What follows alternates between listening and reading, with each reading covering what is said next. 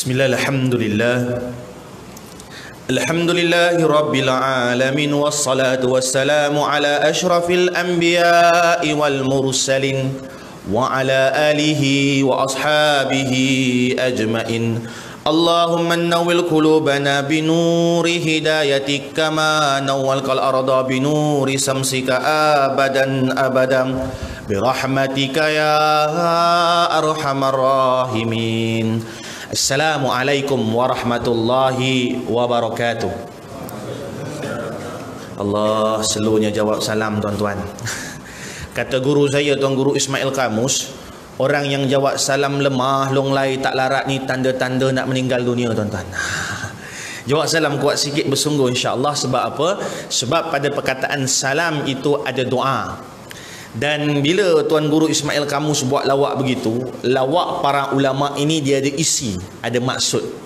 Seperti mana baginda Nabi SAW, Nabi pernah berlawak, Nabi pernah melakukan punchline, orang kita kata sekarang, kepada seorang wanita tua. Pada waktu itu wanita ini minta Nabi untuk doakan dia untuk dia masuk syurga. Dan tuan-tuan tahu pun kisah ini berlaku. Nabi kata kepada wanita tadi, tidak ada tempat bagi orang tua dalam syurga. Nangis perempuan tuan-tuan. Bila Rasulullah nampak dia menangis, maka Rasulullah pun memberitahu hasrat sebenar, makna sebenar daripada lawak Nabi tadi. Apa kata Nabi? Maksud aku tak ada orang tua dalam syurga, kerana semua yang masuk dalam syurga adalah orang-orang yang muda belaka. Sebab apa? Akan ditukar usia yang tua tadi. Sebab penduduk syurga semuanya akan muda dan segak belaka. Apa moral of the story tuan-tuan daripada hadis ini yang pendek ini? Bahawa orang dalam syurga itu semua muda. Dan Nabi bergurau itu dibenarkan selagi mana gurauan itu gurauan yang benar. Maka saya tanya kepada Tuan Guru Ismail Kamus, Ustaz bergurau ke ataupun betul-betul bermaksud kalau tak jawab salam tu pendek umur ataupun tak panjang umurnya? Apa kata Tuan Guru Ismail Kamus? Ana gurau dan benda tu betul. Kenapa? Dalam perkataan salam, assalam itu adalah makna doa yang besar, doa sejahtera tuan-tuan. Dan Nabi SAW tuan-tuan pesan kepada kita, asyus salam, maksudnya sebarkan salam. Dan bila kita sebarkan salam tuan-tuan, kita sedang sebarkan kesejahteraan, yakni kebaikan, hasanat. Dan kadang-kadang kita lupa tuan-tuan, makna kebaikan itu sungguh besar, makna sejahtera itu sungguh besar. Tuan-tuan, kita ada kenderaan dan kenderaan kita tak pernah rosak, itu sejahtera tuan-tuan. Kita ada rumah tuan-tuan, alhamdulillah rumah kita tidak terbakar, rumah kita tak pernah kena musibah yang luar biasa, itu satu kesejahteraan tuan-tuan. Kita ada tubuh badan kita tak ada penyakit yang pelik-pelik tuan-tuan, penyakit yang memerlukan kos yang tinggi, perlukan masa yang banyak, itu namanya sejahtera. Maka tuan-tuan, bila kita bagi salam pada orang lain, ingatlah salam yang kita lontarkan pada orang lain sebenarnya doa untuk kita, doa kepada kita. Dan orang yang menerima salam, dia kena jawab sungguh-sungguh. Sebab apa? Moga-moga doa tadi kena pada dia dan dia juga memberi salam, yakni doa kepada orang lain juga. Tuan-tuan ingat tak kes yang di New Zealand, ketika orang nak pergi solat Jumaat di rumah Allah, berlaku ada tembakan daripada pengganas kepada umat Islam di New Zealand. Dan ketika itu ramai yang syahid tuan-tuan. Dan tuan-tuan, masa itu Prime Minister of New Zealand, seorang kafir, dia rasa bersimpati dengan apa yang berlaku. Apa dia buat? Dia minta surat khabar pada hari Jumaat, minggu hadapannya, diletakkan muka depan surat khabar, setiap surat khabar di New Zealand, perkataan sin lam alif mim salam. Apabila ditanya kepada Prime Minister of New Zealand, tentang kenapa dia letak perkataan salam, apa kata dia? The only religion, kata dia. Subhanallah. Sepatutnya salam ni jadi trademark kita. Salam ni jadi kita punya identity. Sebab apa? Prime Minister New Zealand kata apa? The only religion, satu-satunya agama dalam dunia, apabila bertemu orang lain dan dia mendoakan orang lain, adalah agama Islam. Dan perkataan salam ni lah mengenangkan aku, kata Prime Minister of New Zealand, aku mengetahui agama Islam ini agama yang sejahtera. Subhanallah. Dan dalam video tu, kalau tuan-tuan tengok video tu, masa tu baru keluar tuan-tuan, sebelum SKMM, Suruhanjaya Komunikasi Multimedia Malaysia haramkan untuk share. Saya tengok masa tu, pagi tu saya sampai kat saya video tu, saya tengok sampai habis, walaupun video tu 20 minit. Seriau memang seriau tuan-tuan. Seriaunya apa? Takut memang takut tuan-tuan. Tapi sebab saya nak tengok apa yang berlaku tuan-tuan, saya ingat bila penembak tu atau pengganas tu sampai dekat masjid, dia jumpa dengan seorang tua tuan-tuan. Tuan-tuan tengoklah video tu. Orang tua janggut tuan-tuan. Orang tua janggut ni tuan-tuan berlaku, mereka berselisih. Ni pengganas ni yang akan membunuh. Lelaki ni tuan-tuan sedang keluar pada masjid, dia kata apa? Assalamualaikum. Nak tuan-tuan, nak cerita-cerita, subhanallah tuan. Penembak tadi didoakan oleh seorang Muslim tuan-tuan. Sebab dia assume tuan-tuan orang nak pergi masjid tuan-tuan. Subhanallah tuan-tuan, apa kata Prime Minister New Zealand? Aku tidak pernah melihat ada seorang yang mendoakan orang lain yang sedang melakukan kejahatan pada dia melainkan agama Islam. Subhanallah. Tuan-tuan puan, saya bagi salam lagi sekali tuan-tuan. Kalau boleh jawab salam sungguh sikit boleh? InsyaAllah moga panjang umur lagi sekali Assalamualaikum warahmatullahi wabarakatuh. Wah tu tiba-tiba semua jawab salam kuat. Alhamdulillah. Itu tanda semua takut mati tuan-tuan. Gurau lah tuan-tuan. Ala kulli hal, bagi yang belum mengenali, nama saya adalah Rahmat Ihsan bin Muhammad Sofian, orang panggil Ustaz Rahmat, lebih dikenali juga Piu Rahmat. Cuma tuan-tuan perempuan Piu-Piu ni tuan-tuan sejak kebelakangan ni banyak buat masalah tuan-tuan. Saya Piu Rahmat, bukan Piu Abu. Faham? Yang faham-faham tak faham sudah tuan-tuan. Tuan-tuan perempuan, sebab inilah saya nak mulakan majlisnya. Saya ini adalah seorang pendakwah. Bila kata pendakwah, saya bukan ulama. Kalau adalah alim ulama kat sini tuan-tuan, saya tahu ramai yang mengaji kuat kat sini, ada yang menulis kitab, ada mungkin hari ini guru. Kalau ada salah silap saya tegur tuan-tuan. Kenapa saya sebut benda ni tuan-tuan? Saya sebenarnya jarang datang ceramah kat Terengganu, jarang ceramah di Kelantan. 3 negeri saya jarang ceramah di Kedah. Sebab pengalaman saya, negeri ini negeri yang berkah, yang ramainya ulama. Terengganu, Kelantan, Kedah, saya ulang. Sebab saya pernah tuan-tuan ceramah di Kelantan. Ketika tu ceramah, saya ni jenis ceramah tuan-tuan ala kadar lah, ceramah biasa-biasa. Sebab saya tahu juga bila saya ni ramai yang orang biasa-biasa, maksudnya orang yang biasa-biasa. Nak jadi cerita, saya ceramah tuan-tuan dengan buat lawaknya, dengan apa semua. Habis ceramah makan tuan-tuan. Habis tengah makan, tiba-tiba pengurusi kata, Ustaz, kenalkan Ustaz, sekian. Inilah timbalan mufti Kelantan. Allah tuan-tuan. Semenjak pada tu saya sedar bahawa ramainya ulama dalam 3 negeri ini, Kedah, Terengganu, Kelantan. Dan saya nak bagi tahu kenapa ada kena bezakan pendakwah dan juga ulama. Pendakwah tuan-tuan zaman Nabi SAW, Nabi dah bagi tahu lama dah, 1400 tahun dahulu, akan sampai kamu di akhir zaman bahawa ramainya pendakwah, kurangnya ulama. Apa ni bezanya tuan-tuan? Pendakwah ulama ni tuan-tuan. Pendakwah ni mereka ni tuan-tuan, orang-orang yang boleh menyampaikan risalah Al-Quran, menyampaikan dakwah, menyampaikan risalah Islam, menyampaikan ajakan orang ke arah amal ma'ruf nahi munkar, tapi mereka bukan alim. Apa tu alim tuan-tuan? Mereka ni pakar. Alim ni pakar dalam bidang Islam ni banyak kan? Ada usuluddin, ada ada fiqh, ada sirah, ada banyak cabang tuan-tuan. Tapi pendakwah mungkin dia boleh menyampaikan ajakan tuan-tuan, tapi mereka bukan alim. Sebab tu tuan-tuan, kita kena bezakan di antara ulama dan juga antara pendakwah. Dan saya hari ini, dah Ustaz kata takut, kenapa Ustaz datang Ustaz? Saya diminta oleh seorang ulama untuk datang ke Terengganu ni untuk berdakwah. Tu dia. Untuk berdakwah, maka tidaklah mahu saya mengecewakan permintaan seorang ulama, maka saya datang. Siapa Ustaz? Biarlah rahsia. Tu dia. Maka nak kata apa? Ini akhir zaman tuan-tuan, banyaknya pendakwah, kurangnya ulama. Nabi dah jangka tuan-tuan lama dulu. Dan tak adalah jangkaan Nabi itu meleset, sebab Nabi itu utusan Allah. Maka tuan-tuan, bila kita nampak hari ini banyaknya pendakwah bermasalah, memanglah tuan-tuan sebab apa? Pendakwah ini bukan ulama, yang ini bukan pakar dalam bidangnya, dan bukan orang yang takutkan Allah. Dan saya tuan-tuan berniat satu hari nanti, manalah tahu sampai waktunya saya menjadi ulama. Amin insya-Allah. Tapi tuan-tuan perempuan, yang saya sampaikan adalah hari ini adalah pesanan untuk diri saya dan juga untuk tuan-tuan perempuan. Yakni apa? Pesanan ni kejap lagi. Cuma habis Ustaz, semua ustaz-ustaz dalam TV tu bukan ulama? Tak. Ada ustaz-ustaz TV juga ulama. Antaranya saya boleh sebut Datuk Doktor Datuk Dr. Izhar Arif, pensyarah UKM, pakar halal haram. Tapi dia dapat kelebihan, namanya dapat kelebihan apa? Populariti. Alhamdulillah. Piu-piu Ustaz. Piu-piu bukan semua ulama, tapi ada yang ulama. Antaranya saya boleh sebut dalam live ni Piu Salman. Piu Salman Maskuri ni tuan-tuan, subhanallah, dia buat master di Universiti Al-Azhar. Dr. Ali Jumaah ataupun Syekh Ali Jumaah, mufti Mesir, mantan mufti Mesir, bagi tahu siapa yang buat master di Universiti Al-Azhar, maka dia ulama. Sebab master Universiti Al-Azhar ni tuan-tuan susah tuan-tuan. Master Universiti Al-Azhar ni susah. Kat Malaysia ni tuan-tuan, adalah beberapa orang yang ada master Universiti Al-Azhar. Tapi ada juga yang PhD tuan-tuan. Kalau kat Nusantara ni, Indonesia banyak. Tuan Guru Datuk Harundin Almarhum, subhanallah, ulama tuan-tuan, Universiti Al-Azhar. Tuan-tuan puan, nak tahu kita setara mana ulama atau ulama, boleh pergi ambil master di Universiti Al-Azhar. Tapi bukan master di universiti kita tuan-tuan. Minta maaf, bukan UNIZA, bukan UKM, sebab standard ni jauh lebih rendah. Maka nak kata apa? Ada ulama dalam PU, bukan semuanya dalam PU itu pendakwah, antaranya PU Salman. Baik, hanya saja saya hari ini untuk menyampaikan risalah Nabi, nak sampaikan pesanan Nabi. Dan pesanan ni tuan-tuan, bukan pesanan apa? Nabi pesan kepada Abu Hurairah. Baik, ini kita mula. Apa tajuk kita tuan-tuan?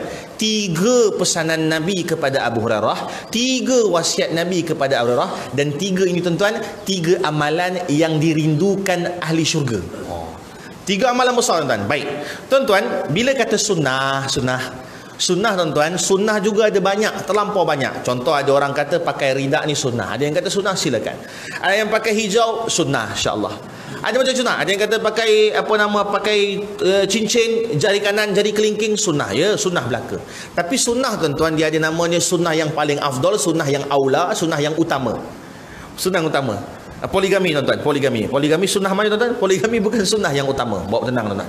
Kenapa saya kata bukan sunnah yang utama? Sebab Nabi SAW tidak berpoligami sampailah Khadijah binti Huwailid meninggal dunia. Sampai Khadijah meninggal tuan, barulah Nabi berpoligami. Maksudnya apa? Dia bukan jatuh poligami, bukan jatuh sunnah yang utama. Maka ada sunnah-sunnah yang utama. Macam sunat lah tuan-tuan, sunat apa? Sunat ni tuan-tuan ada namanya sunat muakkad. Adanya sunat yang biasa. Apa maksud sunat tuan-tuan? Buat dapat pahala, tak buat tak dapat apa-apa. Kena tukar tuan-tuan. Sunat ni tuan-tuan, macam tadi kita imam kita bagus tuan-tuan. Dia tahu sunat yang afdal, sunat yang bagus ketika hari Jumaat yang dia baca surah tuan-tuan. Surah yang khusus tuan-tuan. Nak kata apa? Saya nak kata sunat pun ada sunat muakkad, ada yang sunat yang biasa-biasa. Sunat yang paling afdal. Apa sunat tuan-tuan? Saya nak kena betulkan sikitlah pasal sunat ni, selingan. Saya buat camp tuan-tuan, buat camp motivasi. Sukalah saya main-main dengan budak sekolah rendah, sekolah menengah ni. Kemudian malam tu kuliah maghrib. Habis maghrib, solat isyak. Habis solat isyak tu saya kata, malam ni kita ni insya-Allah tidur awal tidur awal. Sekejap tuan-tuan. Tuan-tuan faham ke saya cakap tuan-tuan? Faham saya tak pandai cakap ganu tuan-tuan. Minta maaf lah. Saya cakap ganu memang fail tuan-tuan. Satu je perkataan ganu saya tahu tuan-tuan. Berat nanang tuan-tuan. Tu je tuan-tuan. Yang lain minta maaf dah tahu tuan-tuan. Boleh cakap KL tuan-tuan? Oh, minta maaf macam pening je tuan-tuan dengar. Baik. Allahumma salli ala Muhammad wa ala ali Muhammad. Okey sama tuan. Saya cakap slow sikitlah insya-Allah. Tuan-tuan, saya buat camp, habis solat isyak saya kata kat adik-adik tu, adik-adik, kita malam ni tidur awal sebab besok kita nak qiyamul lail. Tapi ustaz tak nak wajibkan. Biasa kat camp dia wajibkan. Kenapa ustaz tak nak wajibkan? Saya ni tuan-tuan suka nak ajar budak-budak ni berkaitan sesuatu mengikut peristiwa. Ceramah macam ni tuan-tuan, dia dah old school tuan-tuan. Budak-budak tak dengar tuan-tuan. Dia old school. Masuk old school ni tuan-tuan, tak menyerap dalam jiwa dia. Kalau boleh tuan-tuan perempuan nak ajar sesuatu pada anak tuan-tuan, tuan-tuan kena praktikal ataupun dia ingat peristiwa tu dengan amalan tu sebab peristiwa. Maksud ustaz apa? Contoh tuan-tuan nak ajar anak-anak tuan-tuan ambil wuduk dengan air botol. Tuan-tuan ajar sekarang tuan-tuan, ajar macam kuliah ataupun ajar kat masjid, dia takkan ingat tuan-tuan. Tapi kalau tuan-tuan bawa ajar anak tuan-tuan pergi mancing kat laut contoh. Tapi laut banyak air. Dalam hutan contoh. Dalam hutan sampai waktu solat, tiba-tiba tuan-tuan kata, "Okey, jom ambil wuduk." Peristiwa tu dia akan kenang sampai bila-bila. Pembelajaran melalui peristiwa nama tuan-tuan. Tuan-tuan ambil wuduk, dia pun belajar ambil wuduk tuan-tuan dekat dalam hutan tu. Lepas tu tuan-tuan pula tunjuk mana arah kiblat apa semua. Percayalah tuan-tuan, sampai tu dia akan ingat peristiwa ni. Dan bila tuan-tuan meninggal nanti, tuan-tuan tak ada atas muka bumi ni pun, dia akan ingat mengenangkan ilmu yang bermanfaat telah disampaikan kepada dia. Maka saya nak buat peristiwa dulu. Supaya apa? Budak-budak ni ingat. Ingat apa? Ingat makna sunat. Saya kata pada mereka, besok ada qiyamul lail. Tapi ustaz tak naklah wajibkan. Siapa yang nak datang, datang. Sebab apa? Qiyamul lail kan sunat. Tapi siapa tak datang, tak apa. Cuma nanti solat subuh semua kena berjemaah. Solat subuh memang wajib. Tapi sunat beramai-ramai. Cuma ustaz nak kamu semua subuh, paling tidak semua ramai-ramai. Boleh? Boleh ustaz. Tuan-tuan dan puan, saya tunggu pada mereka ni pukul 5 pagi tuan-tuan. Mula 4.30, saya tunggu 4.30. Tak ada yang datang tuan-tuan. Pukul 5 insya-Allah ni ada yang datang ni. Alhamdulillah tuan-tuan, pukul 5 tuan-tuan. Tak ada pun yang datang tuan-tuan. Tak ada juga tuan-tuan. Oi, ini lain macam ni. 5 suku tak ada. Saya kata tak apalah. Tapi bagusnya budak-budak ni tuan-tuan, saya sebutlah nama sekolah ni, SMK Damansara Damai. Bagus. 5.30 tu, waktu subuh, semua datang solat subuh berjemaah. Alhamdulillah. Habis solat, tak ada seorang meninggal. Maksudnya apa? Memang dia datang subuh. Habis solat subuh, saya pun kuliah subuh. Saya kata kat dia orang, ni peristiwa tuan, dia akan ingat insya-Allah, akan ingat sampai bila. Saya kata, kenapa Kenapa semalam qiyamul lail tak ada seorang pun turun? Dengan selamba, orang KL kata selamba lah. Dengan tenangnya seorang budak jawab, dia kata apa? Ustaz, kan qiyamul lail ni sunat je. Kata. Saya kata, apa maksud sunat? Ustaz sunat, buat dapat pahala, tak buat tak dapat apa-apa. Saya kata betul, semua setuju? Setuju. Boleh tak kita tukar makna sunat ni? Apa makna sunat? Buat dapat pahala, tak buat tak dapat apa-apa. Tukar tuan. Apa sunat? Buat dapat pahala, tak buat rugi. Barulah tuan-tuan kita akan berlumba-lumba untuk solat sunat ataupun berlumba-lumba untuk buat pahala sunat. Buat dapat pahala, tak buat rugi. Saya hari ini ada satu kerugian paling besar tuan-tuan. Rugi besar. Kenapa? Saya tak tahu tuan-tuan, Terengganu ni subuh ni awal. Handphone saya masih lagi dalam mod Kuala Lumpur. Kenapa Ustaz? Semalam saya iktikaf tuan-tuan. Bagi tahu iktikaf dah pula. Saya iktikaf dekat Masjid Yuniza, Pusat Islam. Iktikaf lah Masjid Yuniza. Masjid ni, tuan-tuan, sini ke Yuniza dekatnya 7 kilo je. Saya tak tahu tuan-tuan subuh awal. Maka saya berpandukan handphone saya. Lepas tu saya buka kuliah, bawa kereta ni 7 kilo pun saya bawa kereta, dapat manfaat sikit buka kuliah ustaz kita, buka kuliah. Saya sampai-sampai tuan-tuan, Allah dah ikomat. Kerugian besar saya apa tuan-tuan? Ada satu sunat yang Nabi tak pernah tinggal, dan sunat ini Nabi buat, subhanallah. Dan Nabi pesan lagi, kalaulah kamu tahu dua solat sunat 2 rakaat sebelum subuh, itu bermakna dunia dan seisinya, maka kamu akan berebut-rebut melakukannya walaupun kamu dalam keadaan merangkak. Saya sampai-sampai ni tuan-tuan, ikomat. Abang kita call kita, saya nampak abang kita dekat phone, siap dengar bunyi komat lagi. Sampai dah saya kata. Dan Umar bagus, saya tak dapat 2 rakaat salat sunat. Sebab apa? Rugi besar. Sebab apa? Ini sunat tuan-tuan. Nabi kata apa? Dunia dan seisinya. Jadi kita kena tukar mindset kita. Makna sunat ni apa? Buat dapat pahala, tak buat rugi. Sunat muakkad apa? Sunat yang dituntut. Baik, tukar apa ni? Buat dapat pahala, tak buat rugi besar. Rugi besar. Sunat muakkad tuan-tuan. Tuan-tuan yang saya kasih Allah, saya kata pada adik-adik itu, tuan-tuan puan, kalau kamu pergi sekolah, balik sekolah, yang budak tuan-tuan, pergi sekolah, balik sekolah, buat assignment kat rumah, assignment yang wajib, cikgu cakap, okey baik, mari ni buka muka surat 1, semua buat soalan dalam tu. Dia buat tuan-tuan, pergi sekolah, dia buat semua. Ini biasa tuan-tuan. Ini namanya markah wajib. Sebab apa? Wajib buat. Tuan-tuan, kemudian dia exam, dia dapatlah markah exam tuan-tuan 40. 40 ni markah lulus tuan-tuan. Markah lulus boleh dibanggakan tuan-tuan? Boleh lah, tapi tak mampu dibanggakan besar. Sebab apa? Hanya lulus. Tapi tuan-tuan, ada pelajar dapat 90, ada pelajar dapat 80 markah dia, ada pelajar dapat markah banyak tuan-tuan. Yang beza markah banyak dengan markah sikit ni sebab apa tuan-tuan? Percayalah tuan-tuan, yang beza markah sampai 90, 100 markah ni, dia ni buat latih tubi dekat rumah lebih. Tak kalau orang lain main game, mungkin dia buka YouTube, tapi dia buka YouTube Education Channel, dia belajar dekat YouTube. Dia buat benda-benda sunat. Maksudnya benda sunat, benda yang tak wajib. Tapi kalau dia tak buat, rugi tuan-tuan. Sebab apa? Untuk tambah markah dia, tambah nilai dia tuan-tuan, adalah pada benda-benda yang ekstra. Begitulah kita di sisi Allah. Yang buat wajib tuan, solat 5 waktu, puasa di bulan Ramadan, bayar zakat. Yang buat benda wajib tuan-tuan, yang wajib tuan-tuan di sisi Allah, markah dia lulus je tuan-tuan. Lulus je. Tapi nak lebih di sisi Allah, yakni takarrub ilallah, sunat ni mendekatkan diri dengan Allah. Nak di Allah pandang kita lebih, yang kita usaha lebih. Tuan-tuan, yang kita usaha lebih, itulah yang dekat dengan Allah, takarrub ilallah. Macam kita lah tuan-tuan, sebagai penutup, sebab tak masuk tajuk kita ni. Seorang mak tuan-tuan, ataupun seorang ayah, jangan bohong tuan-tuan, dia mesti ada lebih seorang 2 anak dia yang pada hati dia. Anak dia 5 orang, anak 5 orang, dia adil. Bagi belanja adil kan, bagi belanja adil, baju pun bagi adil, semua adil. Daripada segi luaran tuan-tuan, itu adil, tak ada masalah. Tapi bab hati tuan-tuan, jangan bohong, mesti ada lebih sikit kat mana-mana anak tu. Saya tanya tuan-tuan, yang kita lebih sikit kat anak seorang tu, anak kita 5 orang, contoh nombor 2 tu kita lebih, nombor 3 tu kita lebih, nombor 5 tu kita lebih. Lebih sebab apa tuan-tuan? Lebih dia ustaz, subhanallah ustaz, anak nombor 2 yang saya lebih ni ustaz, dia tak macam anak yang lain ustaz.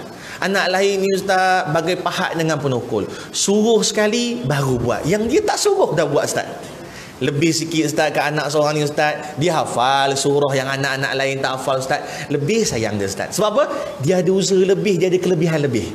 Di sisi mak ayah, dia memandang anak-anak tu sama tuan-tuan, tapi tuan-tuan dekat hati mesti ada lebih seorang 2. Mak saya cakap tuan-tuan, yang lain janganlah cemburu. Mak saya kata, memanglah yang lain pun mama sayang.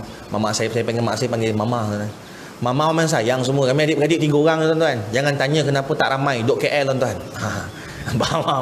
Mak saya 3 orang tuan-tuan. Anak saya, adik-beradik saya 3 orang. Mak saya cakap ni, duduk ramai-ramai. Yang lain janganlah merasa. Bukan mama tak sayang yang lain, tapi mama sayang lebih sikit kat abang kau. Saya lah abang. Bukan sebab apa, mak saya adil tuan-tuan. Belajar sekolah, semua disekolahkan tinggi, alhamdulillah. Pakai semua sekolah pakai cukup semua tuan-tuan. Raya semua bagi duit sama-sama tuan-tuan. Nah, 200. Pergilah beli masing-masing, ikut bajet masing-masing. Adil. Tapi perasaan tak boleh sebab apa tuan-tuan? Mak saya cakap, "Oh, abang kau ni lebih sikit yang banggakan mak, lebih sikit gini panjang cerita dia. Lagi dua adik dah cemburu, dah apa? Dah rasa bitter, dah rasa pahit." Tapi nak kata apa? Inilah kepahitan dalam nak kata apa? Orang yang usaha lebih dia akan dapat lebih. Maka tuan-tuan, di sisi Allah kita sama tuan-tuan. Kita ni insan, kita ni manusia tuan-tuan. Di sisi Allah kita ni hamba Allah. Sama, tapi yang usaha lebih mestilah yang dekat dengan Allah. Maka buat benda sunat tuan-tuan, namanya lah inilah takarrub ila Allah. Maka Nabi ada tinggalkan banyak sunnah. Ada sunnah yang dipertikaikan daripada kelompok manusia. Ada sunnah yang kata ini sunnah tapi tak. Tapi yang saya nak ajar tuan-tuan hari ini dalam masa yang singkat, 3 sunnah ni tuan-tuan. 3 sunnah ni semua sepakat inilah sunnah yang afdal, ataupun afdal maksudnya sunnah yang the best, sunnah yang paling utama. Apa ustaz 3 sunnah tu? Baik, 3 sunnah ni tuan-tuan kita buat sebenarnya dalam bulan Ramadan. Apa kata Abu Hurairah? Haddatsani khalili. Apa kata Abu Hurairah? Telah berpesan kekasihku. Kalau guru saya bila cerita hadis ni tuan-tuan, dia kata apa? Wasiat kekasih kepada kekasih. Wasiat kekasih kepada kekasih. Tuan-tuan, sebelum kita pergi hadis ni, izinkan saya kenalkan sikit tuan-tuan Abu Hurairah. Abu Hurairah ni tuan-tuan, Allah, ajib tuan-tuan. Dia ajaib. Kenapa saya kata ajaib tuan-tuan? Abu Hurairah tuan-tuan, dia bukan bangsa Quraisy. Bila saya kata dia bukan bangsa Quraisy tuan-tuan, dia lambat tuan-tuan, lambat masuk Islam. Kata Buya Yahya, guru kami, dalam riwayat kata berbeza-bezalah. Ada yang kata Abu Hurairah ni masuk Islam tinggal 3 tahun je dengan Nabi, sebab Nabi wafat lepas tu. Ada riwayat kata 5 tahun, ada yang kata sampai 7 tahun. Ustaz, kenapa beza-beza? Zaman tu tak ada kalender. Zaman tak ada kalender. Jadi memanglah ada perbezaan sikit bab tarikh. Tapi nak kata apa? Waktu Abu Hurairah dengan Rasulullah singkat. Tapi banyaknya ulama kata 3 tahun sahaja Abu Hurairah duduk dengan Rasulullah. Tapi tuan-tuan, ajaib. Kenapa saya kata ajaib? Abu Hurairah ni tuan-tuan, masa dia singkat dengan Rasulullah, tapi dia yang paling banyak riwayat hadis. Wah, saya ulang tuan-tuan, dia singkat masa dia 3 tahun. Kalau 3 tahun je tuan-tuan, budak degree lah. Nak degree. Tapi dia paling banyak riwayat hadis.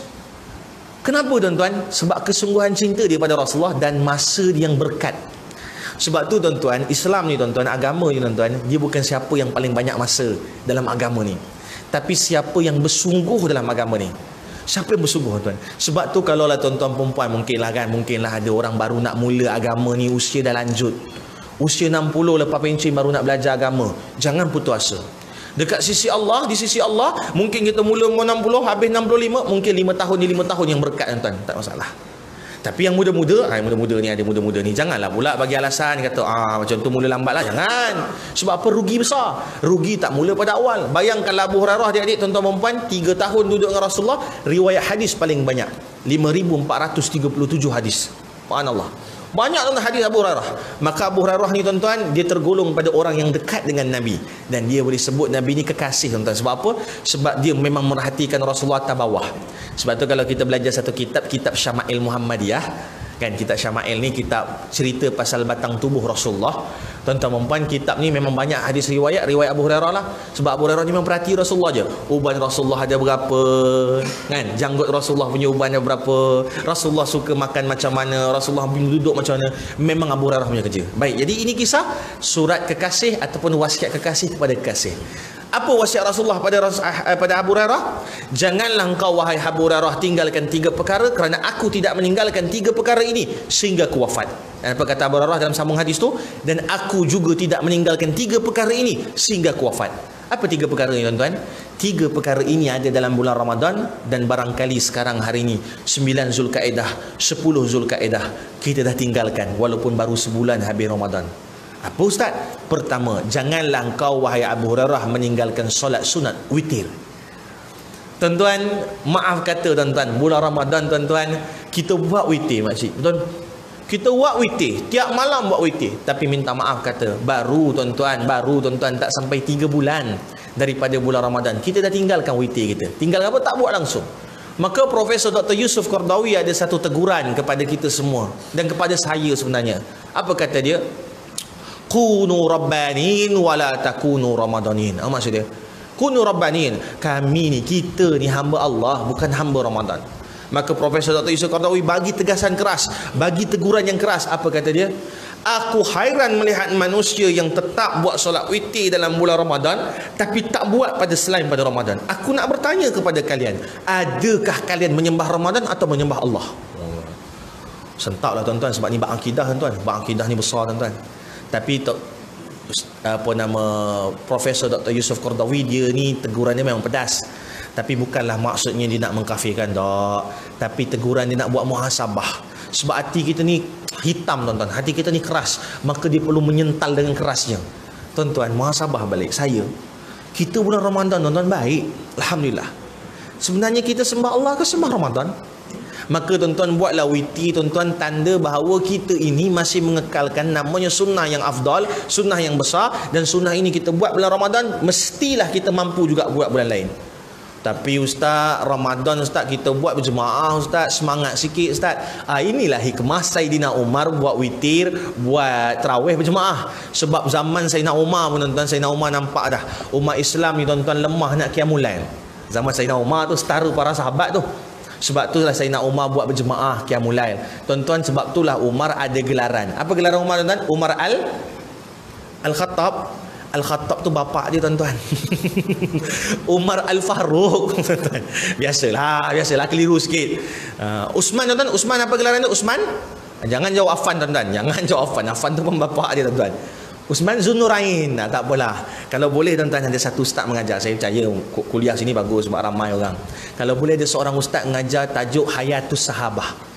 Ada satu kitab, Hayatus Sahabah, kisah sahabat. Tuan-tuan akan tengok sahabat-sahabat Nabi ni semua ada gelaran dia kat belakang betul. Abu Bakar As-Siddiq, Usman Zunurain, Umar Al-Faruq, semua ada segelaran. Gelaran ni kenapa tuan-tuan? Gelaran ni nak cerita peribadi mereka. Takkan diberi gelaran tu melainkan sebab ada sesuatu kisah lah tuan-tuan. Sebab tu kalau ada ustaz-ustaz, dia nak ada al-al kat belakang tuan-tuan. Dia bukan boleh bagi saya saja tuan-tuan. Saya tak ada al ustaz. Kenapa ustaz? Sebab nak ada al ni kena peristiwa. Contoh, ada ustaz, contoh ni Ustaz Kamaruzaman Al-Basungi. Kan? Nak tengok orang Terengganu. Al-Basungi kenapa? Sebab duduk basungi. Tapi tuan-tuan jangan mana-mana letak. Oh, aku ni duduk kat sini. Ni apa nama tempat ni? Padang Hangus. Al-Hangusi. Jangan tuan-tuan, buruk tuan-tuan. Ada satu budak kat Perak ni baru jadi ustaz. Kesian juga dengan budak ni. Saya tanya nama dia, dengan confident dia jawab. Saya tak sebut nama sebenar dia lah. Contoh nama dia Rahmat, nama saya. Ustaz Rahmat Al-Peraki, dia kata. Tak betul dari segi bahasa tuan-tuan. Bahasa Arab mana ada huruf pa? Mana ada huruf pa? Bahasa Arab huruf ba. Sebab tu tuan, kalau Petronas, Malaysia punya minyak tu, pergi kat Sudan, dia tak panggil Petronas, dia panggil Bedronas. Ini disiplin ilmu tuan-tuan. Jadi bila kata Peraki tak jadi tuan-tuan. Kalau nak pakai Perak juga, okey. Ustaz Rahmat Al-Beraki, masalah kan. Jadi pilihlah elok-elok.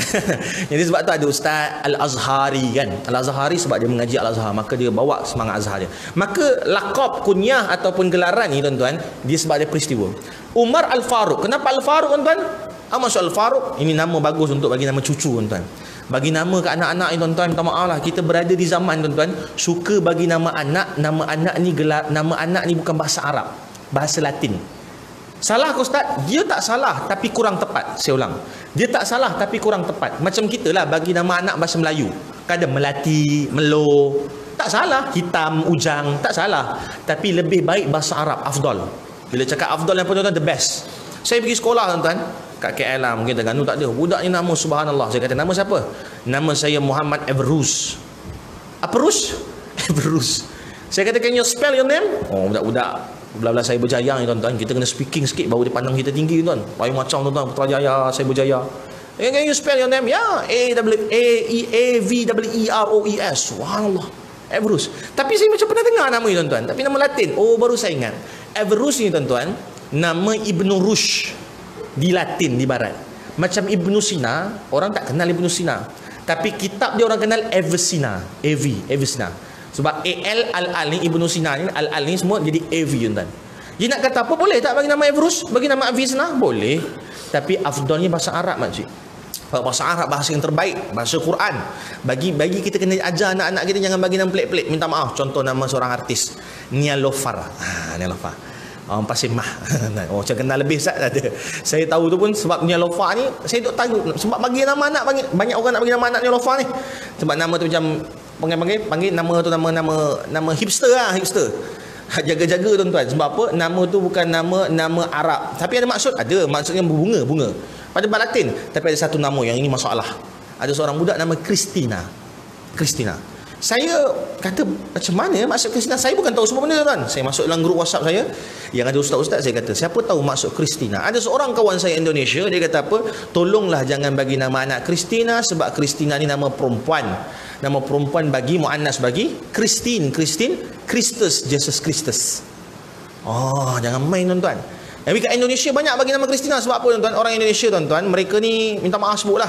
Sebab dia orang punya nama tuan-tuan bercampur-campur. Orang Cina pun ada nama Indonesia dia, Gunawan, Hartawan, tuan-tuan. Sebab apa? Mereka nak nampak keindonesiaan dia orang. Jadi tuan-tuan, bagi nama ni jangan bagi nama pelik-pelik sangatlah.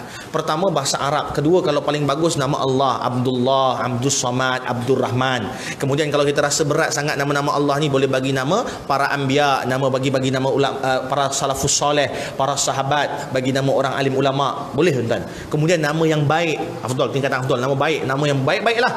Nama baik-baik, nama masuk baik tuan-tuan. Ihsan, melakukan sesuatu seperti mana Allah nak melihat. Ini nama yang baik-baik tuan-tuan. Nama saya Rahmat Ihsan. Makcik boleh bagi nama anak Rahmat. InsyaAllah anak tu comel macam saya, insyaAllah. Gurau lah tuan. Lepas tu barulah bagi tuan-tuan, barulah bagi nama yang ni lah, yang bermaksud daripada segi nama bahasa tempatan. Bagi tempatan macam Melati, Meluk and so on.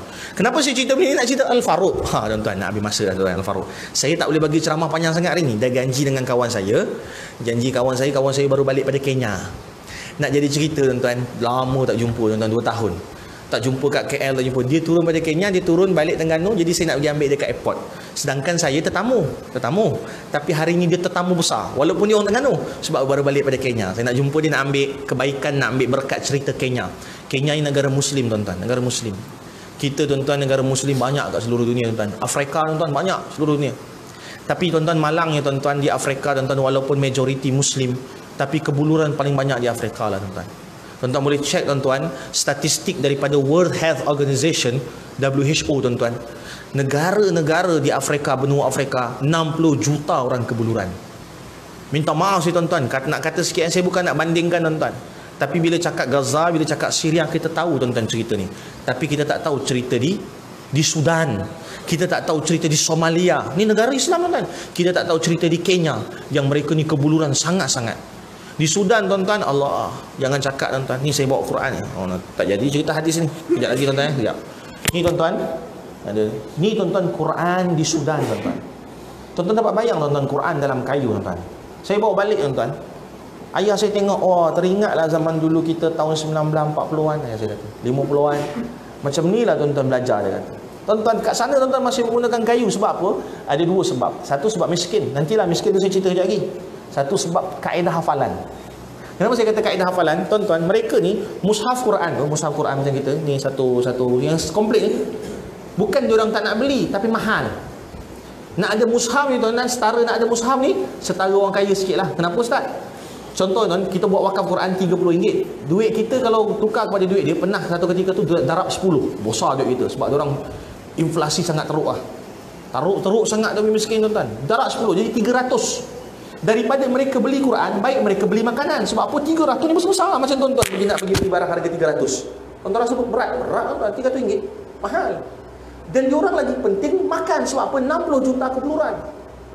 Diorang tu punya miskin tuan-tuan. Statistik daripada World Health Organization dekat belah Darfur ni sempadan Sudan, sebab perang, sebab kemiskinan macam-macam. Tuan-tuan, setiap 1 jam ni, kita ceramah lebih kurang 1 jam kan. Setiap 1 jam, tahun 2006 lama tu, 1 jam tuan-tuan, 6 orang meninggal sebab malnutrisi. Malnutrisi ni apa? Yang perut besar tapi tak ada isi, tak ada zat. Meninggal setiap 6 jam. Tapi tuan-tuan, tu tahun 2016, statistik paling baru. Setiap 1 jam, seorang meninggal. Tuan-tuan dapat bayang tuan-tuan, kehidupan kita, setiap 1 jam kita menunggu je dengar cerita orang meninggal sebab kebuluran. Meninggal sebab kebulur ni tuan-tuan, minta maaf saya sebut tuan-tuan, meninggal yang paling sakit. Meninggal kebuluran lah tuan-tuan. Sebab apa? Meninggal dia sikit demi sikit, dia menarik badan kita tuan-tuan. Tuan-tuan tak percaya, tuan-tuan boleh try puasa 24 jam. Tapi bukan puasa yang macam puasa kita puasa tu. Puasa sebelum subuh pukul 5 melantak nasi banyak-banyak, lepas tu buka puasa nanti melantak lagi. Itu tak jadi tuan-tuan. Itu tak rasa lapar je tuan-tuan. Tuan-tuan tak makan 24 jam. Contoh tuan-tuan start pukul 7 ni, aku tak makan lagi ni, sampai esok pukul 7 pagi. Tuan-tuan tengok, ketar tangan tuan-tuan. Saya pernah nak try tuan, tak sampai 2 hari tuan, ketak. Sebab guru saya cabar 3 hari. Yang kau tahu zaman Nabi SAW, Abu Hurairah ni, yang cerita kita Abu Hurairah ni, biasa tak makan 3 hari. Sebab apa? Miskinnya mereka. Ketak tuan-tuan, tak boleh nak buat apa, nak solat pun rasa nak tumbang. Tuan-tuan bayanglah mereka yang seminggu tak makan, 5 hari tak makan, maka mati mereka ni mati yang azab tuan-tuan. Jadi mereka tak fikir sangat ni Quran, mereka fikir makan tuan-tuan. Tapi ada antara mereka ni tuan-tuan, yang mereka ni alhamdulillah Saudi ke Qatar ke Malaysia ke Turki ke, mereka bantu ni yang hafiz-hafiz Quran buat madrasah. Tuan-tuan bagi makan sikit-sikit alhamdulillah. Tapi tuan-tuan ni pakai ni papan. Sebab apa? Baik fikir pasal makan daripada pasal Quran, tapi ada hikmah dia tuan-tuan. Hikmah dia apa? Bila mereka hafal Quran pakai papan tuan-tuan, mereka menjadi penghafaz yang terbaik. Lebih baik pada penghafaz Malaysia. Minta maaf lah kalau dia terasa. Kenapa pula ustaz kata lebih baik pada penghafaz Malaysia? Penghafaz Malaysia rata-rata lah, bukan semua ada yang bagus-bagus. Mereka hanya menghafal menggunakan telinga, lidah dan mata. Sebab mereka mengulang. Wattini wa zaitun, ulang. Tapi percayalah tuan-tuan, saya suruh tulis balik surah At-Tin, tak ramai yang mampu tulis. Betul? Tapi mereka tuan-tuan, disebabkan kepayahan mereka, kesusahan hidup mereka, mereka terpaksa tulis. Sebab Quran terhad, mereka terpaksa tulis. Bila mereka terpaksa tulis, insya-Allah bila kita suruh tulis balik surah tu, dekat otak dia bukan hanya bentuk tapi tulisan, sebab mereka tuliskan tuan-tuan. Faham kan? Ini nama hafalan lagi tinggi tahap dia. Subhanallah. Sebab tu tuan-tuan, alhamdulillah saya kata, selalu saya kata dalam diri saya, setiap kesusahan tu jadi hikmah besar. Setiap kesusahan. Apa kesusahan hikmah bila susah ni dia terpaksa menulis. Tapi tak ramai tuan-tuan yang sana hafiz Quran. Orang awam tu ramai. Tuan-tuan tak faham orang awam? Orang biasa-biasa. Maka mereka ni nak baca Quran. Jadi kita buatlah wakaf Quran kat sana tuan-tuan. Oh, RM30 duit kita. RM30 murah tuan-tuan. Kita buat wakaf Quran kat sana tuan-tuan. Ni cerita selingan tuan. Saya pergi kampung tu. Kampung tu ada lebih kurang dalam 200 orang. Dia kampung ni kecil, tapi banyak. Sampai ke kampung 200 orang tu, kami letak wakaf Quran 10 mushaf. Kami balik tuan-tuan. Tahun depan kami datang balik sebab nak buat korban. Buat korban kami datang kampung sama. Saya kata, aku nak pergi tengoklah harta wakaf. Harta wakaf tuan-tuan, harta Allah. Bila dah kata wakaf, dia tak boleh main tuan-tuan. Memang tak boleh main. Sebab apa? Dia dah jadi milik Allah dan Rasul. Sebab tu kat Selangor sekarang ni ada isu tanah-tanah yang buat masjid, tanah-tanah buat madrasah, tanah tu tak dimasukkan bawah akta wakaf, masalah tuan-tuan. Waris datang tuntut. Waris tuntut. Sebab tu tuan-tuan, apa-apa kena ingat, kita dah ada akta wakaf, kita dah ada section untuk wakaf, maka jadikanlah memang betul-betul benda tu wakaf, sebab tak ada isu kemudian. Saya pergilah, harta wakaf ni harta Allah, saya tengok Quran saya. Sebagai penutup tuan-tuan, saya pergi tengok Quran saya koyak tuan-tuan. Sebab apa saya sebut Quran saya? Kita cari kan, Quran kita lah. Saya cari tuan-tuan, minta orang minta buat wakaf, Quran koyak tuan-tuan. Marah saya tuan-tuan. Saya nampak Quran tu bersih halai kan. Tapi tak bersih malah dia duduk situ, tapi dia macam longgok gitu. Allah, panas hati saya tuan-tuan. Dia cakap dia nak Quran, tapi mereka tak hargai. Saya panggil kawan saya tu, Ali tu, dia kata, Ali. Yang Sudan cakap Arab tuan-tuan, Kenya cakap Arab. Ni kenapa ni? Kata ni kenapa ni? Kau tak amanah dengan manusia, kau tak amanah dengan Allah. Saya bagi tuan-tuan. Rupanya saya silap tuan-tuan. Sebab tu tuan-tuan jangan cepat marah tuan-tuan. Tanya dulu tuan. Ni nasihat untuk saya. Dia kata kau tengok ni. Dia kata kau tak amat sabar Rahmat. Tak ada boleh sabar ni.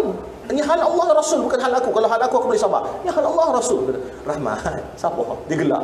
Kenapa kau gelak? Saya mengamuk tak masa tu muda lagi. Rahmat, ini tuan Rahmat. Kau bagi Quran 10 Rahmat. Orang sini 200. 20 keluarga Rahmat. Rahmat, ada yang curi Quran bawa balik rumah Rahmat. Orang lain nak pakai Quran tak boleh Rahmat. Maka aku ambil keputusan, Quran tu kalau tuan-tuan pernah tengok Quran lama-lama kan, kita buka kan tepi tu. Maka dia benang, kalau pernah tengok lah.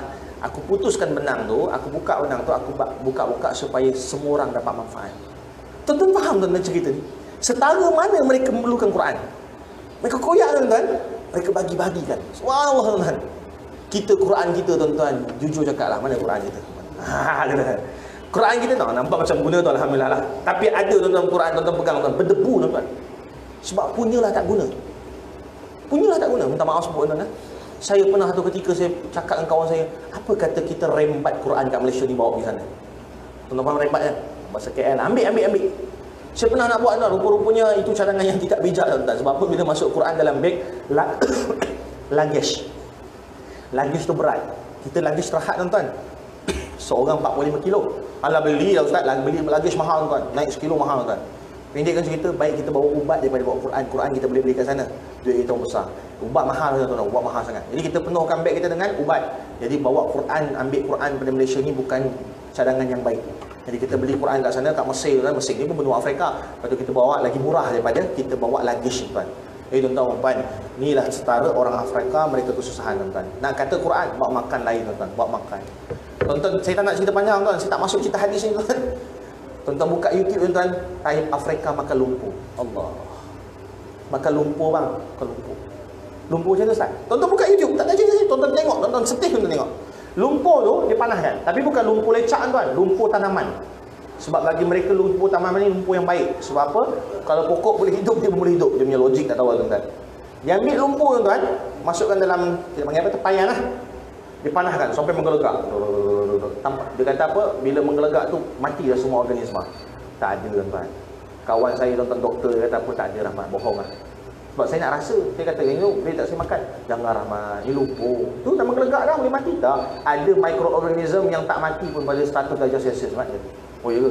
Menggelegak tuan-tuan, menggelegak. Apa tu? Dia biarkan kejap sejuk sikit, baru dia ambil senduk tuan-tuan, dia buat macam lempeng. Orang lempeng kan?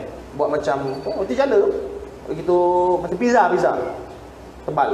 Dia keringkan. Tapi tak roti tuan, lumpur keras. Dia akan patah-patahkan macam cookies. Itulah yang diberi makan kepada anak-anak kecil di sana untuk makan tengah hari mereka, makan pagi mereka, sebab mereka hanya boleh makan malam 1 kali sehari, bubur jagung ataupun roti. Bila kita buat korban tuan-tuan, kita sembelih tuan, ada seorang budak yang makan, nangis. Bahasa Arab kita pula borak sikit lah, kenapa menangis? Dia kata, Wallahi ammu, demi Allah pakcik. Dia panggil saya pakcik, orang ajar tuan-tuan. Dia kata, Wallahi pakcik, dia kata, demi Allah, aku baru pertama kali makan daging. Tuan-tuan, masuk akal tuan-tuan. 6 tahun hidup budak tu, 5 tahun hidup tak pernah makan daging. Rupanya ada tuan-tuan kisah begini tuan-tuan. Nangis makan, ini pun daging sedap ke? Tuan-tuan, saya kasih Allah Subhanahu Wa Taala. Sebagai penutup tuan-tuan, nak jatuh. Sebagai penutup tuan-tuan, saya tuan-tuan ada bawa tabung. InsyaAllah Ramadan ni tuan-tuan saya pergi ke Afrika. Alang-alang cerita ni, siapa yang nak sedekah boleh sedekah tuan-tuan. Ni tabung saya insyaAllah. Tabung sana. Ustaz tak bawa duit lah Ustaz, jangan tak cakap ada buka tabung. Tak apa tuan-tuan perempuan, tuan-tuan sedekah lah apa yang ada. Kalau tak ada tak apa, nanti ambil flyers dengan saya tuan-tuan. Ada lembu tuan-tuan, satu bahagian 300.5. Quran mushaf RM30. Tuan-tuan kontak adik saya kat nombor tu, adik kandung saya. Ada nombor akaun tuan-tuan bank in, tuan-tuan bagi tahu je lah insya-Allah. Tapi satu siapa yang nak sedekah, saya bagi tahu siap-siap. Ini tuan-tuan tabung ni insya-Allah tabung untuk masak masakan. Sebab korban 300.5 satu bahagian tuan-tuan, tak termasuk masak. Kenapa Ustaz nak masak? Kita nak masak terus tuan-tuan. Kita seronok jamu orang makan. Lagi-lagi akikah. Dia makan seronok tuan-tuan. Jadi ni nak beli kentang, nak beli tomato dalam ni tuan-tuan. InsyaAllah. Ia juga tuan-tuan sedekah yang baik. Tuan-tuan masuklah. Ajah tak ada duit? Tak apa Ajah. Tabung boleh buka Ajah. Masukkan handphone. Saya gurau lah Ajah. Ajah muka pelik Ajah. Baik insyaAllah. Wallahualam tuan-tuan. Ni tabung tuan-tuan insyaAllah. Ada flyers. Cuma saya nak bagi hadis tadi. Tak senang hati saya tuan-tuan. Ceramah tak habis hadis. Ada namanya witi tuan-tuan. Nak patah balik tuan-tuan Witi. Witi tuan-tuan tolong buat tuan-tuan insyaAllah. Jangan tinggal. Kedua apa tuan-tuan? Oh, nak gerak terus. Kedua apa tuan-tuan hadis tu? Saya konklusikan hadis tu. Yang kedua, Nabi pesan jangan kau tinggal namanya puasa putih. Dalam Ramadan tuan-tuan kita puasa. Dalam Ramadan kita puasa. Sepatutnya setiap bulan tuan-tuan kita puasa 3 hari dalam sebulan. Sebab 1 hari kita puasa bersamaan dengan 10 hari. Masa 3 dalam 10 maksudnya kita puasa sebulan dalam sehari. Dalam sebulan dalam puasa sebulan dalam sebulan. Itulah. Jadi nak kata apa? Kena puasa sebulan. Kena puasa sebulan setiap bulan. Tapi disebabkan bukan bulan Ramadan, cukup 3 hari, maka 3 darab 10, 30 hari. Apa tu puasa hari putih? 13, 14, 15 hari bulan setiap bulan Islam. Saya ulang, 13, 14, 15. Kenapa nama hari putih? Sebab orang Arab jahiliah 13, 14, 15 mereka tak boleh berperang. Sebab bagi mereka ini adalah sial kalau berperang. Atau kita kata pantang nenek moyang. Jadi bila 13, 14, 15 tak berperang, maka hari itu dikatakan hari putih sebab hari keamanan. Hari yang kata selamat jiwa, maka hari putih. Dalam riwayat lain kata kenapa hari putih? 13, 14, 15 bulan mengambang penuh. Bila bulan mengambang penuh, cahayanya berterangan, cahayanya menyinari bumi. Bumi ketika itu seolah-olah siang ataupun putih. Kalau tuan-tuan nak tahu macam mana setara ni, tuan-tuan kalau pergi mancing kat laut. Saya suka mancing tuan-tuan. Tuan-tuan pergi mancing kat laut, tuan-tuan pergi mancing 13, 14, 15. Ikan banyak, hasil laut banyak sebab apa? Bulan penuh, cahaya bulan tu kena kat laut, nanti makanan dekat laut, alge apa semua ni naik nampak, maka ikan akan naik ke atas. Bila kita duduk kat laut 13, 14, 15, tuan-tuan akan tengok laut terang. Terang sebab apa? Hari putih. Bulan mengambang penuh, putih. Kalau tuan-tuan nak tahu lagi, pergi kat dalam hutan. Hutan 13, 14, 15, tuan-tuan tak payah bawa apa nama obor pun, tak payah bawa lampu pun. Sebab apa? Malam tu malam yang terang. Kalau betul kita dapat kawasan yang lapang tuan-tuan, kita akan nampak cahaya bulan tu sampai dekat lantai hutan. Nak kata apa? Inilah 13, 14, 15. Ustaz, macam mana nak tahu? Jangan tengok handphone. Jangan tengok handphone. Sebab handphone banyak apps yang tak tepat tarikh dia. Maka buka Google, type kalender Islam 1440 Hijrah Jakim ada keluarkan, kita guna dah kaedah hisab, nak kira berapa hari bulan. Jadi tuan-tuan dan puan, bolehlah bawa tuan-tuan 13, 14 bulan. Dekat Selangor tuan-tuan, saya cerita Selangor lah, Masjid Shah Alam Seksyen 7, saya cerita sikit lah. Shah Alam Seksyen 7 tuan-tuan, semua orang pencen tuan-tuan, orang pencen. Siap ada orang jemaah buat lawak, ustaz kami ni ustaz tiap bulan ustaz kami tunggu orang meninggal ustaz. Punya pencen Melaka semua. Tapi ramai yang jemaah. Mereka buat apa tuan-tuan? Hari putih ni mereka buat hari puasa berjemaah. Lepas tu mereka iftar berjemaah. Masjid tak keluar duit pun. Kenapa ustaz? Sebab menyusahkan masjid ya. Baik kita bawa potluck. Tahu potluck kan tuan? Bawa makanan masing-masing. Seorang bawa pisang, seorang bawa pengat pisang, seorang bawa kek pisang. Pisang Melaka, tapi tak apa tuan-tuan. Yang penting lain-lain rasa tuan-tuan. Tapi tuan-tuan Masjid Shah Alam itu bagus tuan-tuan. Orang lama-lama tuan-tuan. Orang pencen tapi amal dia tinggi tuan-tuan. Puasa 13, 14, 15. Niat puasa dia sebut je lah lafaznya. Saja aku puasa putih kerana Allah Taala. Simple tuan-tuan. Puasa putih. Witir, puasa putih, last duha. Ustaz kata dalam Ramadan ada, tapi tak ada pun duha dalam Ramadan. Tuan-tuan, tarawih 8 rakaat. Kata guru kami, kalau kita mampu tarawih 8 rakaat, kenapa kita tak mampu pula solat sunat 8 rakaat dalam hari lain? 2 rakaat sebelum subuh, yang saya kata saya tertinggal tadi. 2 rakaat duha, 2 rakaat sebelum zuhur, 2 rakaat sebelum asar. Tapi jujur cakap, bulan Ramadan 8 memang mudah bagi kita. Tapi bulan lain susah tuan. Saya pun susah nak buat ni, 2 rakaat sebelum asar. Tu paling susah tuan bagi saya. Ini 2 rakaat sebelum subuh, insya-Allah kita cuba buat. Duha boleh cuba buat. Lagi satu apa? 2 rakaat sebelum asar dan 2 rakaat sebelum zuhur. Cerita pasal subuh duha ni ramai yang tak tahu waktu duha. Last. Tu tuan-tuan. Syuruk mana syuruk? Syuruk mana syuruk? 7 1 minit. Tambah 30 minit tuan-tuan, itulah waktu duha. Ikut mana? Ikut negeri 9. Hisab yang mudah. 7.31 makcik dah boleh duha. Ramai yang tak tahu tu syuruk tak benda tu. Syuruk tak apa benda. Syuruk habis waktu solat subuh habis. Dan paling penting lagi, tambah 30 minit boleh dah solat duha. Lepas ni tuan-tuan tak blur tengok 7 1 minit tu. Baik. Lagi satu kalau boleh tuan-tuan, hari ni taklah. Tuan-tuan puan-puan amalkan satu lagi. Masjid Surau Solihin Shah Alam Seksyen, lupalah apa. Mereka buat tuan kuliah subuh Sabtu Ahad, wajib sampai 30 minit lepas syuruk. Yang ni masuk duha. Jadi ustaz tu habis 7.31 contoh habis 31 baca doa, kemudian semua solat duha. Solat duha ni afdal apa? Afdal seorang-seorang. Afdal seorang-seorang. Tapi ustaz kalau nak buat jemaah, tafadhal, tak ada masalah. Tapi sebenarnya solat sunat yang afdal buat seorang-seorang, buat di rumah. Kenapa buat di rumah ustaz? Habis ustaz yang tadi tu, ustaz tu buat ramai-ramai tu sebab mereka takut mereka tak buat. Mereka buat dulu 2 rakaat dekat masjid, sambung lagi 2 rakaat dekat rumah. Duha boleh berapa tuan? 2, 4, 6, 8 naik sampai 16, tak masalah. Dia orang buat 2 dulu kat masjid. Kuliah subuh sampai waktu duha. Kemudian solat duha kat sini. Makan, balik rumah sambung lagi 2 rakaat. Subhanallah tuan-tuan. Ini satu budaya yang sangat baik. Saya ulang tuan-tuan, witir. Saya ulang tuan-tuan, puasa putih. Saya ulang tuan-tuan, duha. Ini 3 tuan-tuan benda yang Nabi tak tinggal sampai Nabi wafat. Subhanallah. Ini sunnah yang afdal. Ini adalah sunnah yang besar. Ini sunnah yang dekat dengan Nabi. Maka tuan-tuan, sebelum kita nak buat sunnah yang lain, usahakanlah buat 3 sunnah ni. Yang lain teruskan tuan-tuan. Tapi 3 ni jadikanlah kita punya istiqamah. Jadikanlah kita punya jati diri. Jadikanlah kita punya ritual ibadah kita untuk setiap bulan. 3 ni. Tapi ustaz, tak mampulah ustaz buat semua. Tak apa. Dalam kaedah fiqh, tak mampu buat semua, jangan tinggal semua. Kalau mampu buat duha, buat duha. Kalau mampu buat witir, buat witir. Kalau mampu buat puasa putih, puasa putih. Wallahu alam tuan-tuan. 3 ni tuan-tuan saya wasiatkan pada tuan-tuan perempuan. Saya serahkan tuan-tuan perempuan untuk amalkan, dan tuan-tuan amalkan, insya-Allah doakanlah saya tuan-tuan perempuan dalam amalan ni. Moga saya juga buat.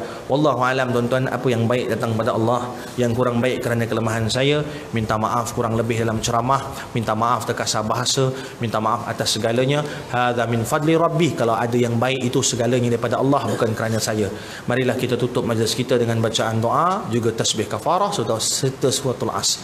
Cuma saya perasan tuan-tuan, Bila saya kata tasbih kafarah, ramai yang tak hafal lagi. Tak apalah, tak hafal. Kalau boleh hafal tuan. Tasbih kafarah ni juga sunnah yang besar yang Nabi minta. Kalau habis majlis, baca tasbih kafarah. Majlis ni apa tuan? Majlis ilmu boleh, kenduri boleh, apa boleh. So apa? Ia akan mengampunkan dosa-dosa kita dalam majlis. Dalam majlis tuan. Ampun dosa, subhanallah. Baik tuan-tuan, kita baca tasbih kafarah. Subhanakallahumma bihamdika asyhadu an la ilaha illa anta astaghfiruka wa atubu ilaik.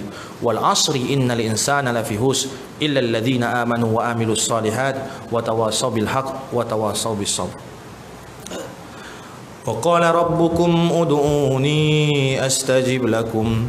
A'udzu billahi minasy syaithanir rajim. Bismillahirrahmanirrahim. Alhamdulillahi rabbil alamin wassalatu wassalamu ala asyrafil anbiya'i wal mursalin wa ala alihi wa ashabihi ajmain. Allahumma nawwil qulubana binuri hidayatik kama nawwalkal arda binuri samsika abadan abada birahmatika ya arhamar rahimin. Allahumma inna ala bidzikrika wa syukrika wa husni ibadatik. Istajibillahumma du'aana ya Allah. Istajibillahumma du'aana ya Rahman. Ya Allah, sebagaimana Engkau kumpulkan kami pada hari ini, kumpulkanlah kami ke dalam syurga-Mu. Sebagaimana Engkau kumpulkan kami pada hari ini, kumpulkanlah kami di telaga Kautsar dan minum daripada tangan Nabi-Mu. Ya Allah, sebagaimana Engkau kumpulkan kami pada hari ini dan memberi kami makan pada pagi ini, berikanlah kami makanan daripada syurga-Mu. Berikanlah kami makan bersama anak kami, kesayangan kami, ahli keluarga kami, qari'ah masjid ini di dalam syurga-Mu bersama dengan para salafus salih, bersama dengan orang-orang yang baik, orang-orang yang bertakwa di sisi-Mu ya Rahman. Allahumma inna nas'aluka salamatan fid din wa afiyatan fil jasad wa ziyadatan fil wa barakatan fi rizq wa taubatan qabla al maut wa rahmatan indal maut wa maghfiratan ba'dal maut. Allahumma hawwinna alaina fi sakaratil maut wa an-najata minan nar wal afwa indal hisab. Rabbana atina fid dunya hasanah wa fil akhirati hasanatan wa qina adzaban nar. Wa sallallahu ala sayyidina Muhammad walhamdulillahi rabbil alamin. Taqabbalallahu minna wa minkum. Assalamualaikum warahmatullahi wabarakatuh.